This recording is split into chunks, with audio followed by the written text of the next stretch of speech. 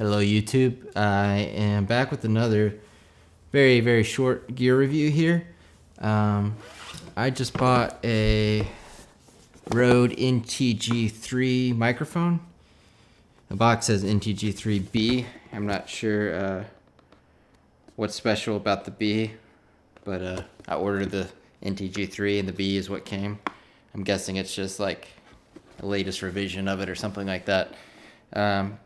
Anyway, this is a pretty high-end shotgun mic from Rode. It's this one right here. I bought it to replace my Sennheiser MKH60 that I've been using for 10 years. Basically, I've had some weird audio troubles over the last few months. When I bought my Red Weapon in January, I was getting these weird audio clicks when recording on camera with a external phantom powered mic. Even when going through my trusty Zoom recorder here, it turned out to be a firmware problem with the January or late December Red firmware that was recently fixed back in April. Or maybe it was May. And it took me a while to figure out that was the problem at first, because I had some other issues with my camera when I first got it. And then I decided to buy the OMOD XLR2 module for the Red, which basically is a really nice audio module. It comes with adjustable physical knobs and 2 XLR inputs that are phantom powered. Because if you don't know this, the Red DSMC2 bodies don't support phantom power natively, whereas the DSMC1 camera models did. And I was one of those users that actually used the phantom power feature a lot. So I was bummed about that. As a feature, I think that they cut to save weight. Either means you have to have some sort of attachment, some sort of XLR recorder attachment, which this would be way too big, but they make some smaller ones. Or you have to get one of these modules, which is not cheap.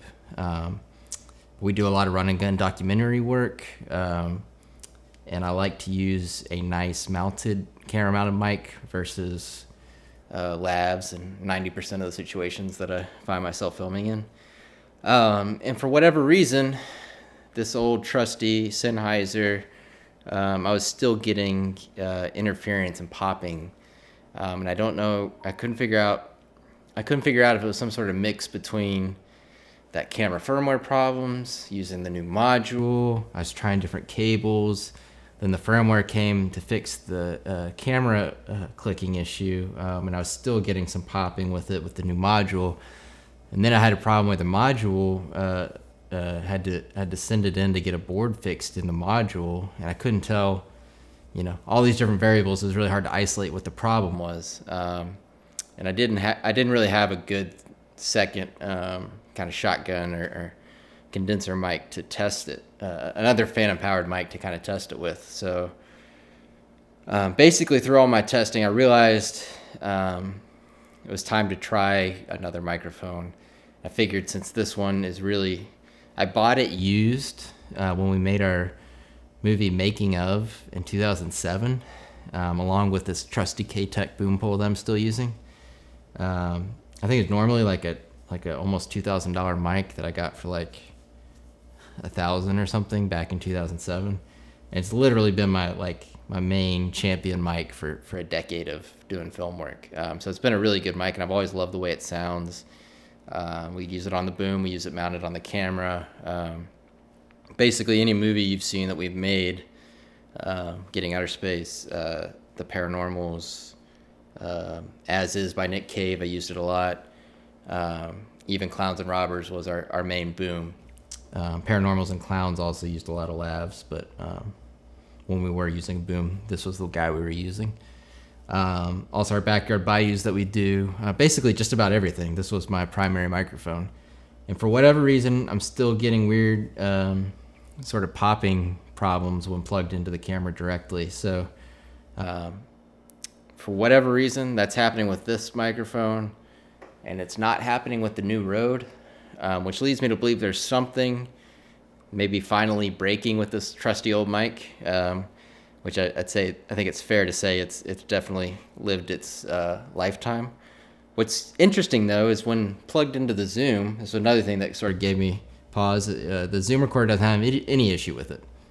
So it seems like there's some weird, very subtle, specific thing that's an issue with the Red, but isn't an issue with the Zoom. And for whatever reason, this microphone works perfectly. But I only knew that after I bought it and tried it. So for now, we'll continue using the Sennheiser when if we need a boom and a camera mic, but this guy's definitely always going to be my new camera mic. And if we're just doing boom, I'll probably use it. I still always love the sound of the Sennheiser, but I've been very impressed with the sound quality of this Rode NTG3 as well. It's a good bit cheaper than the MKH60. It's a $700 mic. It's also noticeably skinnier. I don't know how well you can tell with the way I've shot this, but it's almost like probably a third of the diameter smaller. This is like close to the diameter of like a quarter, whereas this is more the diameter of a little bigger than like a dime, maybe a penny. It's like a quarter, that's like a penny. It's pretty close, I think. So it's a nice little skinny microphone, not that makes a huge difference. But it sounds good and it does its job, and that's about all you can ask for from a microphone.